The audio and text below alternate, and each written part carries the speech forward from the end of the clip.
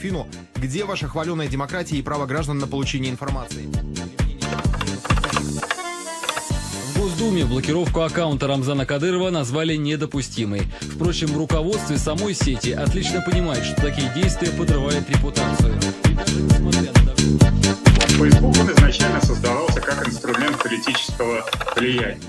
И господин Цукерберг, он не то, что там за, либо против того, чтобы как-то политическую линию Америки проводить. Он фактически действует так, как будто является штатным сотрудником АМБ или ЦРУ.